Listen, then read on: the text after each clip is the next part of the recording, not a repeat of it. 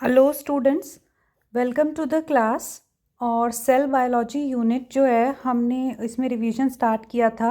You set की preparation के लिए मैंने बताया था स्पेसिफिकली है, बाकी तो आप जो भी एग्ज़ाम की प्रिपरेशन कर रहे हैं बीएससी एमएससी के स्टूडेंट्स, तो ये वीडियो आपके लिए बेनिफिशियल ही है। लेकिन सेल बायोलॉजी यूनिट जो है इसको हम रिवाइज़ कर रहे थे कैसे कर रहे थे रिवाइज़? वन लाइनर्स के थ्रू, यानी कि ऐसी इंपॉर्टेंट लाइंस या की पॉइंट्स मैंने यहाँ पे मेंशन किए हैं जो आपके लिए यूज़फुल है, जहाँ से क्वेश्चन पुटअप हो सकते हैं। ठीक है, सो एक बार रिवाइज कर लेते हैं। राइबोसोम्स क्या होते हैं? देखो जो राइबोसोम्स होते हैं किसी एक सेल कंपार्टमेंट में, वो आइडेंटिकल होते हैं। जितना ज़्यादा मास होगा उतनी ही ज़्यादा एस वैल्यू होगी। एस से हम दिखाते हैं ना, 70S राइबोसोम है, 80S राइबोसोम है, यानी कि एस इज़ द ये जो है स्वेडबर्ग यूनिट होती है। और सेडिमेंटेशन रेट इनका जो बताते हैं, सेडिमेंटेशन रेट जितना जितना ज़्यादा मास होगा उतना ही ज़्यादा सेडिमेंटेशन रेट होगा। और ये जो स्वेडबर्ग यूनिट है ये एडिटिव नहीं होती, दिस इज़ नॉट एडिटिव। ठीक है, जब सेल्स जो हैं उसको हम डिसरप्ट करते हैं होमोजेनाइज करके, तो एंडोप्लाज्मिक रेटिकुलम छोटे छोटे फ्रेगमेंट्स में टूट जाता है और फिर वेसाइकल्स फॉर्म करता है। तो वो वेसाइकल्स को हम बोलते हैं माइक्रोसोम्स। सिग्नल रिकॉग्निशन पार्टिकल क्या है? देखो, सिग्नल रिकॉग्निशन पार्टिकल जो होता है ये जो नेसेंट सिक्रेटरी पॉलीपेप्टाइड है उसको टारगेट करता है। कहाँ पे? रफ एंडोप्लाज्मिक रेटिकुलम में लेके जाता है। ठीक है, और ट्रांसलेशन को ये टेम्परेरली स्टॉप करता है। और इसके अंदर बहुत आरएनए और पॉलीपेप्टाइड होते हैं सिग्नल रिकॉग्निशन पार्टिकल के अंदर। ये एक राइबोन्यूक्लियोप्रोटीन है जो कि 6 पॉलीपेप्टाइड से मिलके बना हुआ है। मॉलिक्यूलर चैपेरॉन की तरह ये एक्ट नहीं करता और ना ही इसके अंदर सिग्नल पेप्टिडेज एक्टिविटी होती है। ठीक है, अब जो ये सिक्रीटरी प्रोटीन का सिंथेसिस है ये कैसे होता है कि जो दो पार्ट हैं ऑफ साइटोसोलिक राइबोसोम वो एमआरएनए के साथ बाइंड करते हैं, फिर सिग्नल सीक्वेंस ट्रांसलेट होता है और सिग्नल रिकॉग्निशन पार्टिकल जो है वो सिग्नल सीक्वेंस के साथ बाइंड कर जाता है।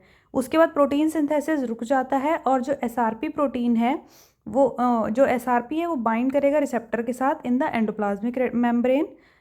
एंडोप्लाज्मिक रेटिकुलम की मेम्ब्रेन में जो रिसेप्टर्स हैं उनके साथ बाइंड करेगा जो ये है सिग्नल रिकॉग्निशन पार्टिकल। ठीक है, ये रिसेप्टर के साथ बाइंड करेगा। कौन से रिसेप्टर? जो कि एंडोप्लाज्मिक रेटिकुलम की मेम्ब्रेन में है। फिर राइबोसोम्स और प्रोटीन्स जो हैं वो ट्रांसलोकोन पे ट्रांसफ़र हो जाएंगे और ये जो सिग्नल सीक्वेंस है ये क्लीव हो जाएगा। कैसे? सिग्नल पेप्टिडेज की हेल्प से। और फिर सिक्रीटरी प्रोटीन फोल्ड हो जाएगा। सिक्रीटरी पाथवे का करेक्ट ऑर्डर क्या है? सबसे पहले रफ एंडोप्लाज्मिक रेटिकुलम में होगा प्रोसेस, फिर गोल्गी बॉडी, सिक्रीटरी वेसाइकल और फिर सेल के बाहर सेल एक्सटीरियर। जो एमआरएनए है coding for a secretory protein, जब हम उसको ट्रांसलेट कर रहे हैं फ्री राइबोसोम को यूज़ करके तो 40 किलो डेल्टन का प्रोटीन बन रहा है। लेकिन जब हम फ्री राइबोसोम नहीं यूज़ कर रहे, हम बल्कि रफ एंडोप्लाज्मिक रेटिकुलम यूज़ कर रहे हैं, तो 36 किलो डेल्टन का प्रोटीन बन रहा है। ये डिफरेंस क्यों आया है? 4 किलो डेल्टन पेप्टाइड, क्योंकि ये 4 किलो डेल्टन का जो पेप्टाइड है वो लॉस हो गया है एन टर्मिनस से, जब हमने रफ एंडोप्लाज्मिक रेटिकुलम को यूज़ किया है एमआरएनए की कोडिंग के लिए। ठीक है, और ठीक है, signal sequence present near N terminus of polypeptide, तो वहाँ पे क्या होगा? हाइड्रोफोबिक अमीनो एसिड्स ज़्यादा होंगे। जो सिग्नल सीक्वेंस प्रेजेंट होगा नियर एंड टर्मिनस, वहाँ पे हाइड्रोफोबिक अमीनो एसिड ज़्यादा होंगे। जो BIP, it is a chaperone present in lumen of rough endoplasmic reticulum binding immunoglobulin protein. ये जो है ये चैपेरॉन है प्रेजेंट इन द, ये ल्यूमन रफ एंडोप्लाज्मिक रेटिकुलम के ल्यूमन में प्रेजेंट होता है और मेजर फंक्शंस को कैरी करता है। COP1 कॉटेड वेसाइकल जो होते हैं ये प्रोटीन को ट्रांसपोर्ट करते हैं उल्टी डायरेक्शन में, यानी कि Golgi body to rough endoplasmic reticulum. Mannose 6 phosphate के जो रिसेप्टर्स हैं ट्रांस गोल्गी की मेम्ब्रेन में, वो बाइंड करेंगे एक ऐसे प्रोटीन के साथ विच बियर्स मैनो 6 फॉस्फेट और फिर उसको ट्रांसफ़र कर देंगे लाइसोसोम में। ठीक है, मैनो 6 फॉस्फेट के जो रिसेप्टर्स हैं ट्रांस गोल्गी मेम्ब्रेन में, वो बाइंड करते हैं किसके साथ? प्रोटीन बियरिंग मैनो 6 फॉस्फेट, और फिर उनके ट्रांसफ़र करा देते हैं लाइसोसोम में। प्रोटीन्स जो हैं वो ट्रांसपोर्ट होते हैं around the cell in membranous vesicle, और ये जो वेसाइकल होते हैं कब फॉर्म होती हैं? जब मेम्ब्रेन का ही एक सेक्शन बाहर की तरफ प्रोट्रूड करता है और बड बन के बाहर निकल जाता है, तो वेसाइकल बन जाती है। और ठीक है, वेसाइकल्स की फॉर्म में ही प्रोटीन का ट्रांसफ़र होता है, इधर से उधर ट्रांसपोर्ट होते हैं। और ये क्या करते हैं, ट्रांस मेम्ब्रेन प्रोटीन है जिसको वी स्नेयर कहते हैं, उसको यूज़ करते हैं अपनी टारगेट मेम्ब्रेन ढूंढने के लिए कि अब प्रोटीन का ट्रांसपोर्ट कहाँ होना है। तो वो टारगेट मेम्ब्रेन ढूंढने के लिए वी स्नेयर जो है ट्रांस मेम्ब्रेन प्रोटीन का यूज़ करते हैं और मोटर प्रोटीन की हेल्प से ये मूव करते हैं। COP2 वेसाइकल जो है ये प्रोटीन को ट्रांसफ़र करता है रफ एंडोप्लाज्मिक रेटिकुलम से गोल्गी तक। क्लैथरिन कोटेड वेसाइकल जो होती हैं वो प्रोटीन को ट्रांसपोर्ट करती हैं कहाँ से, ट्रांस गोल्गी से लेके लेट एंडोजोम्स तक। जीटीपेज जो कि एक रेगुलेटरी सब यूनिट की तरह काम करता है to control coat assembly for both COP1 and clathrin vesicle, they are ARF। ठीक है, तो A for ADP, R for ribosylation, F for factor. तो ये जो है ARF ये एक ऐसा जीटीपेज है जो कि रेगुलेटरी सब यूनिट की तरह काम करता है। किसके लिए, ये जो COP1 और क्लैथरिन वेसाइकल्स हैं इनकी कोट असेंबली को कंट्रोल करने के लिए। ठीक है, एक्टिन फिलामेंट और माइक्रोटिप, ये देखो आप ऐसा मत समझना कि ये पढ़ के एकदम से समझ नहीं आ रहा है, क्योंकि ये obviously this is revision class, I can't explain each and every single step और each and every process. This is just a revision class. If you have studied from the notes, if you have studied the topic deeply, then only you will be able to understand, otherwise not. So first you study the topic and then this is for revision, last time revision, you know.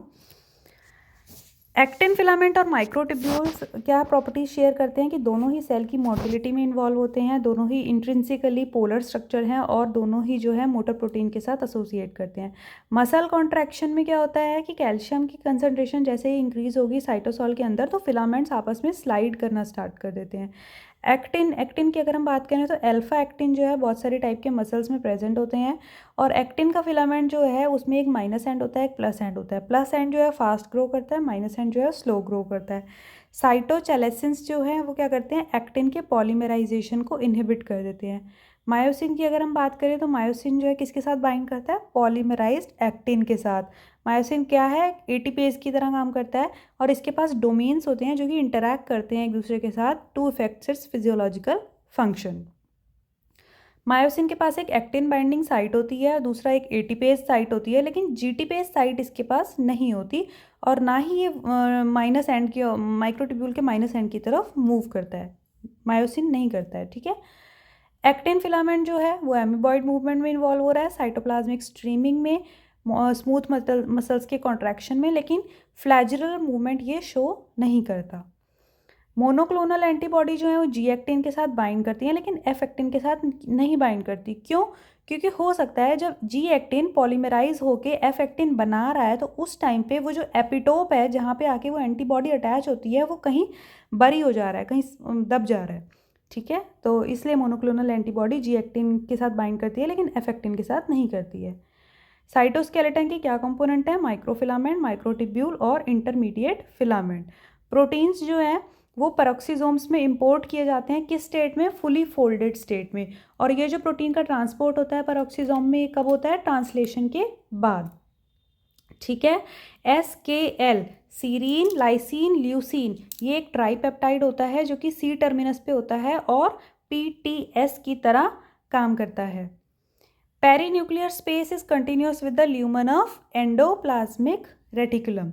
जो perinuclear space है it is ये जो PTS है इसकी full form को पता है ना, पेरोक्सीसोमल टारगेटिंग सिग्नल है ना, क्योंकि SKL जो है वो ट्राईपेप्टाइड होता है और PTS यानी कि पेरोक्सीसोमल टारगेट सिग्नल की तरह काम करता है, ट्रांसपोर्ट सिग्नल जो भी है देख लेना। पेरीन्यूक्लियर स्पेस जो है वो एंडोप्लाज्मिक रेटिकुलम के ल्यूमन के साथ कंटिन्यूस होता है। न्यूक्लियर पोर पे क्या होता है, इनर मेम्ब्रेन जो होती है न्यूक्लियर की और आउटर मेम्ब्रेन आपस में फ्यूज़ कर जाती है। Monomeric G protein RAN participate करता है in the transport through nuclear pore. अगर न्यूक्लियर पोर के थ्रू ट्रांसपोर्ट हो रहा है तो कौन सा प्रोटीन हेल्प करेगा, monomeric G protein RAN। Nuclear localization signal ये अंदर ही लोकेटेड होता है न्यूक्लियस के और लाइसिन और आर्जिनिन में रिच होता है।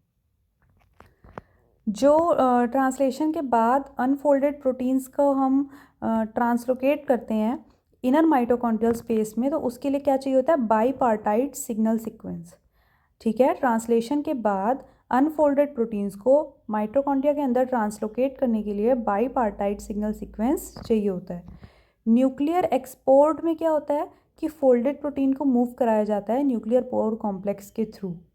और न्यूक्लियर इम्पोर्ट में क्या होता है कि रैन जीईएफ जो है वो कुछ कन्फर्मेशनल चेंजेस इंड्यूस करता है, जिसकी वजह से कार्गो प्रोटीन रिलीज होते हैं और फिर वो क्या करते हैं, इम्पोर्टेंस को रिलीज कराते हैं न्यूक्लियर लोकलाइजेशन सिग्नल से, ठीक है। और फिर इम्पोर्ट होता है न्यूक्लियस के अंदर कुछ।